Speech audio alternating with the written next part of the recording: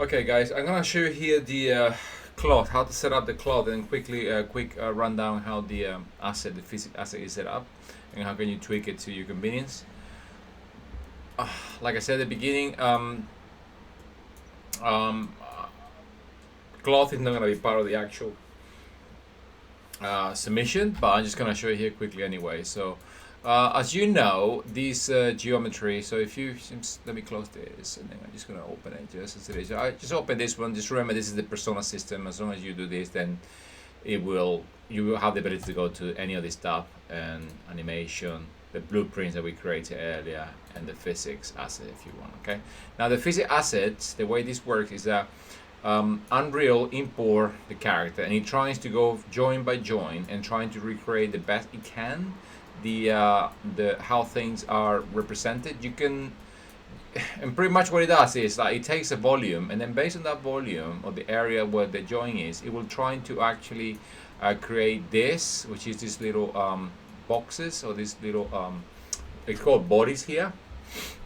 Now this stuff here is a bit more complicated when it comes to things like the actual properties, the physical properties, but we're gonna keep it very simple here because we just want the cloth to work. At the moment, you can see that this guy is quite big and is actually set up in the chest. Now, so at the moment this is obviously too big, but we're just gonna leave it up for now, and then I'm gonna show you how can you just tweak it a little bit, because I think this guy here is giving us trouble when it comes to the cloth. Because at the end of the day, the cloth, when it collides to the geometry, because the geometry go many points. If you go here into wireframe, how is it you go into wireframe? I completely forgot now. Lead brush wireframe. You can see that you have geometry here, and if you make the cloth collide with geometry, it will be a vertex collision. So every vertex should collide with its vertex, and then it will start getting a little bit more complicated. And then the more collision you have, the heavier is going to be the simulation. And because the cloth is not baked, it's not actually like already pre-cached or pre-recorded, it's actually happening on real time. So it get quite demanding for the graphic card. So what the solution that Unreal Engine came with was that it will create some sort of like a basic pseudo geometry that sort of is attached to every single one of the joints, and is sort of trying to adjust to the volume of the geometry that has the skin clustered together with the joints. So what it does is it's trying to recreate like a version of the character, but based on just simple shape. In this case will be like that sort of capsules. So it tried to do its best, but the majority of the time it just failed, because Unreal Engine will not understand that this character is built this way. It could sometimes it sort of nails it, and sometimes it doesn't.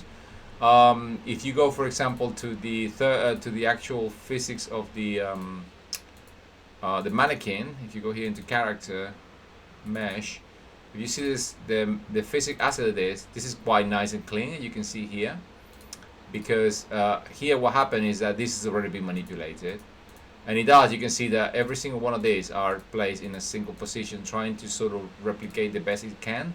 So when, for example, if he's colliding with something, and then it will sort of collide with the shape of the leg, but that's because it's already been cleaned up. Okay,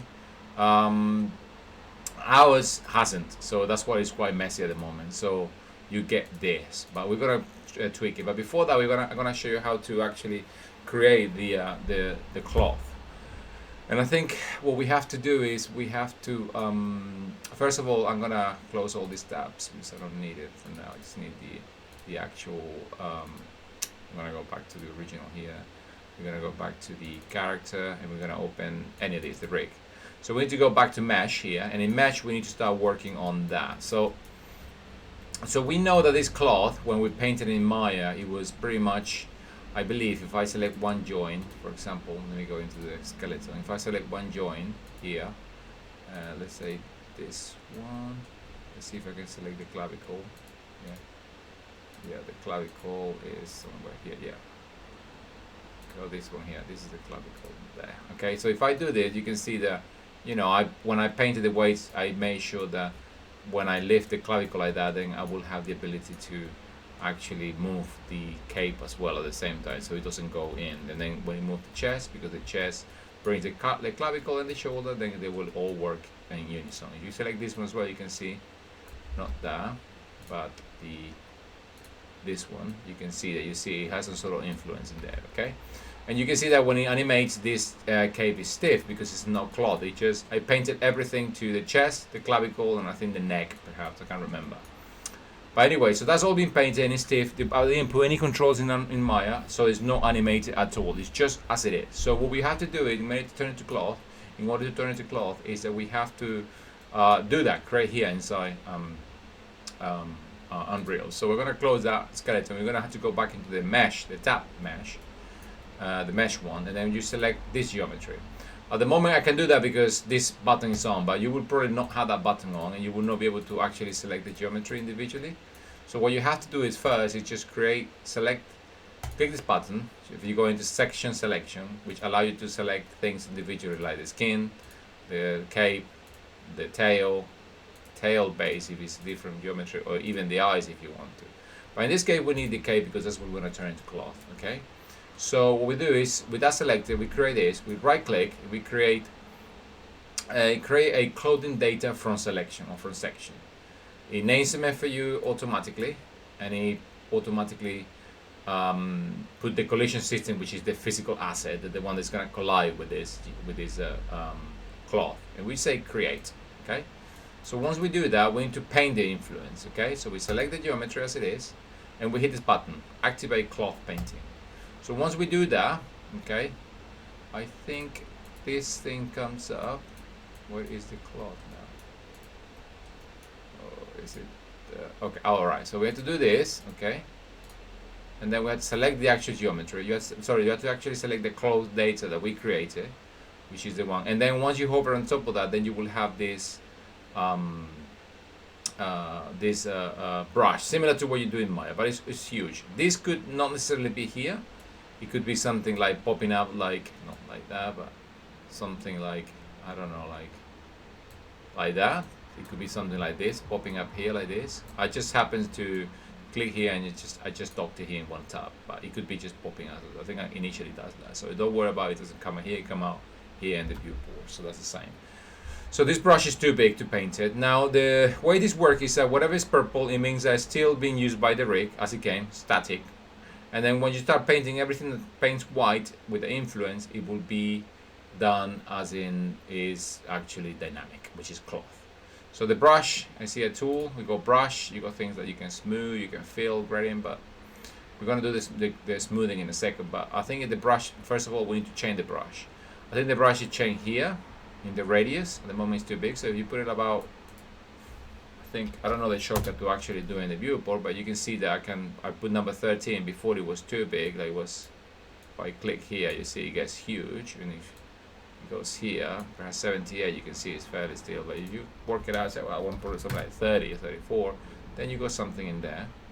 So let's put it to 12, let's see. Okay, so we got that. And you can see that it highlights the vertices already that came with the geometry.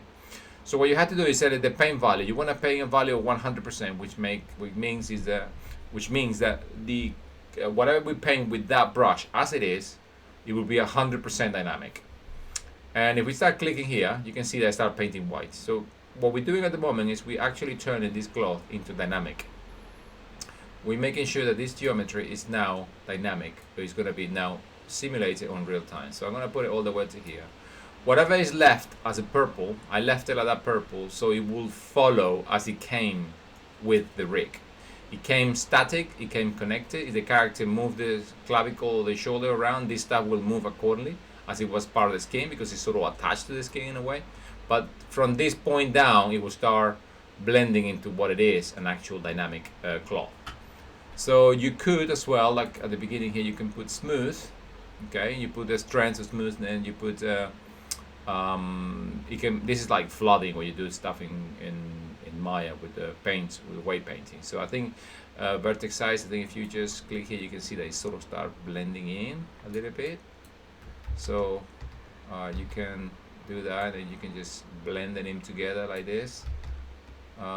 Very subtle here, so you can blend between statics and actual static and actual dynamic. And that's it. Once you do that, then You click this button, deactivate cloth. At the moment, it's not working yet because it's just there, but we need to have something or some sort of animation that allows us to see if this stuff is working.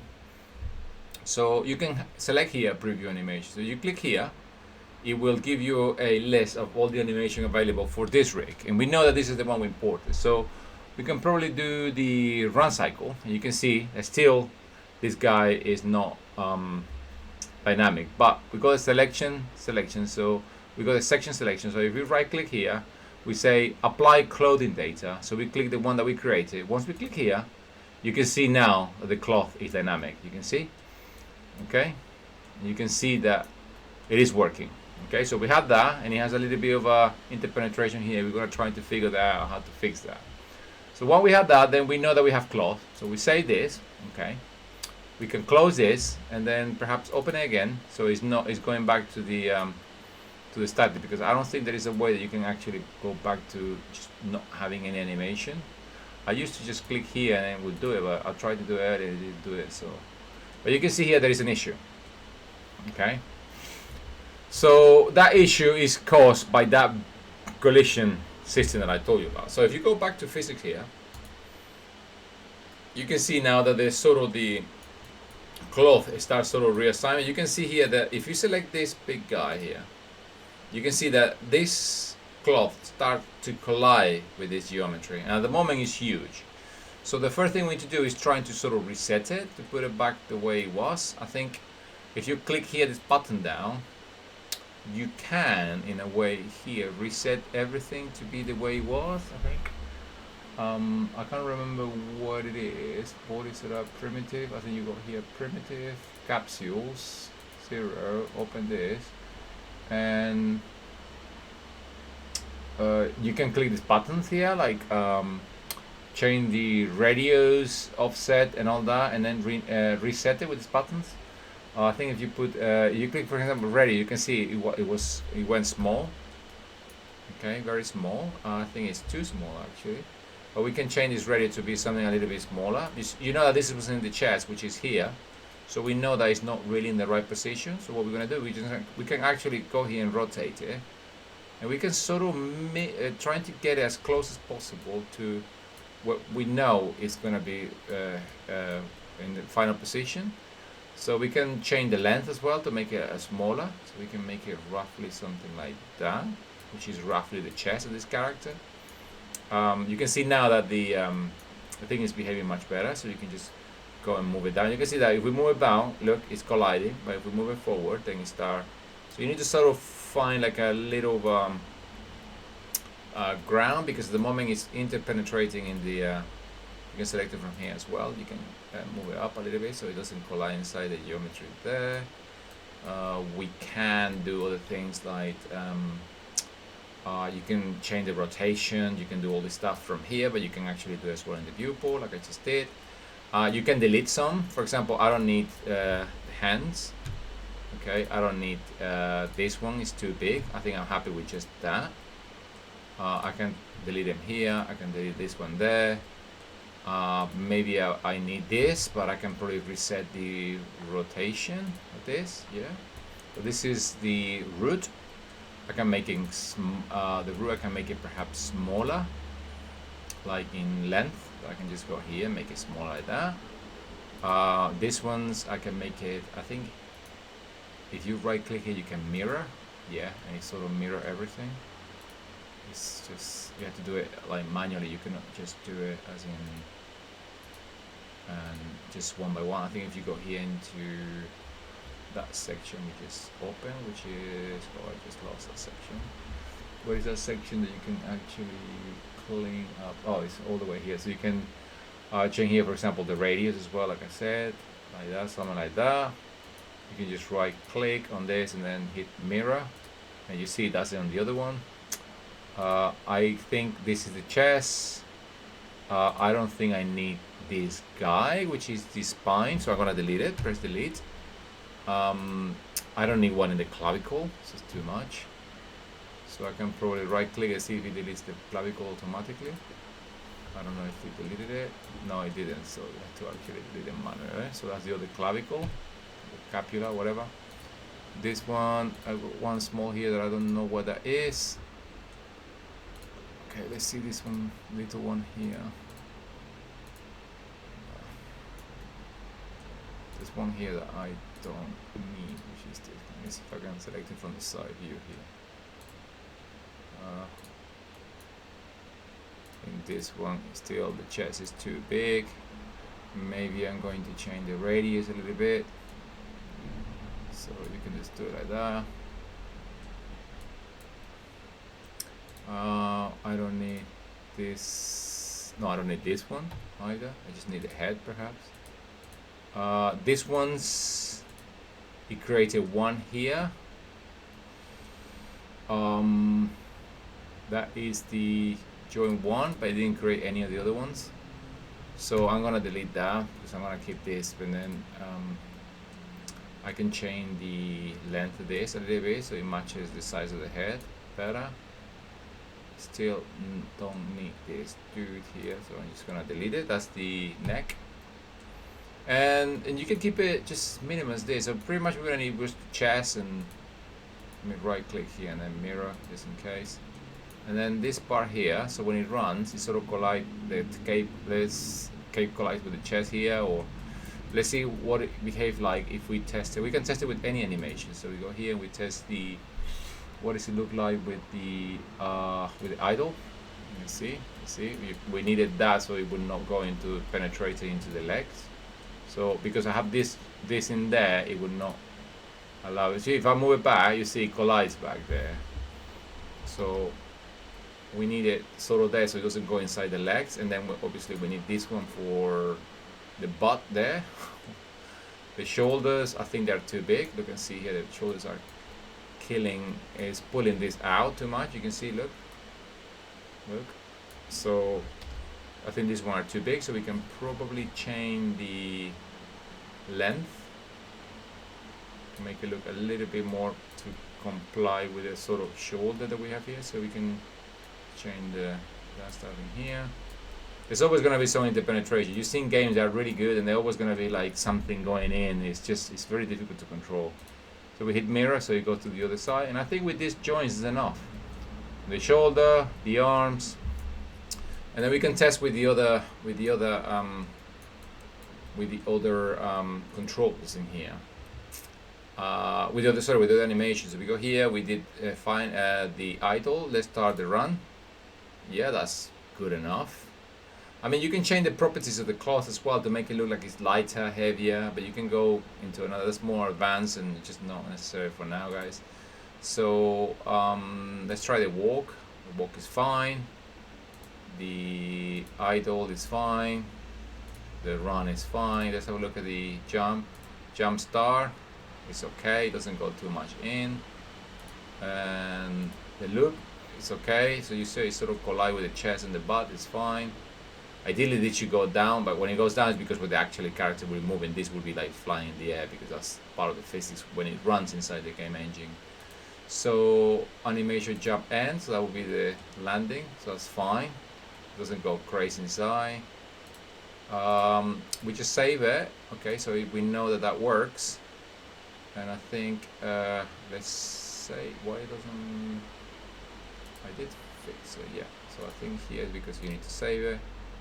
And let's see if it updates it. Let me see if it updates it with no problem.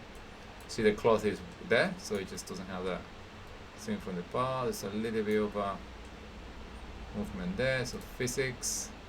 If we simulate as well, so you simulate everything cloth, you can see. I think we did was right click, right shift. You can see the character goes. You can see now the character. That's how you do ragdolls and stuff. You see. So okay, so if we select, for example, we take this and we hit this button, we say simulate only selected, you can see that the arms go like that. So you can actually have your character, you can actually blend, you can tell like, hey, this arm, don't, when it's working in the game, do not use the animation, use this, and you can blend it. You can put with a blueprint, you can blend me 50% of the animation, 50% of physics, and you can start making the character, I don't know, go like zombie or limping or whatever. But that's a bit more advanced, so a bit more advanced actually, you have to blueprint and stuff. So, but this is okay for now. Okay, so having said that, then we can actually test it now and see if it works in game. I think you have to tick something else to make it work in game. So let's see if it works here. Ah, you see it's all there now, so it's automatically recognized. You can see that the cloth is all there. It's gonna be always, you tweak it enough, you can make better collisions and then avoid that sort of interpenetration. As you can see when it glide, you can see the hair go and the cloth goes down because it's just jumping from a very high, from a high, different height, which is fairly high here. So we can go up and then it will land. And the reason, I think there is a limitation in terms of the number of collision you can have with cloth. I think it's 13 collision bodies, just a maximum I think it is so far. That's the limitation of the system. And I think with you can have as well vertex collision against another mesh, but as well there is a certain number of vertices that you are allowed to use. So I think this is it, guys. So you have everything in place here. I will on Monday when I have the last class, I will go a little bit more in depth into the collision, so you can play around a little bit more with that. But apart from that, everything is up and running. So we got cloth, we got all that, we got pretty much ready to go. So I think this is it. This is what you had to do. You had to record a YouTube video of for the rigging. You had to record a YouTube video of the character being demonstrated inside on Maya, so I know that the rig works. And another video as well with all the animation. You can either use Maya or you can use Unreal for this. And as well, a walk around of this, you hit record with OBS or Open Broadcaster, and then you just hit record and you just play your character. So I want to see it running around. I want to see it jumping, so I know that it's working. And again, like I said, cloth is not necessary, but if you put it, would be nice, so you can demonstrate your character really nicely. So there you go. And then obviously the Maya one that I just mentioned with your animation. And if you want to put your animation here, you can actually drag. If you want to showcase your animation here, that's fine. All you have to do is go into animation and then just, you can drag animation just like this. Just take a walk cycle and then you see it will always, every time you play, it will be playing like that. So you can do that. If you want to showcase it like this, that's fine. You can do as well for all of them, for the run as well. So when you play again, they're all there. Look, you can do it as well like that. Okay, it's up to you. I don't mind. As long as I can see them, that's fine. Okay. So that's it for now, guys. Thank you very much, and I'll see you when I see you next time in class. All right. Bye bye.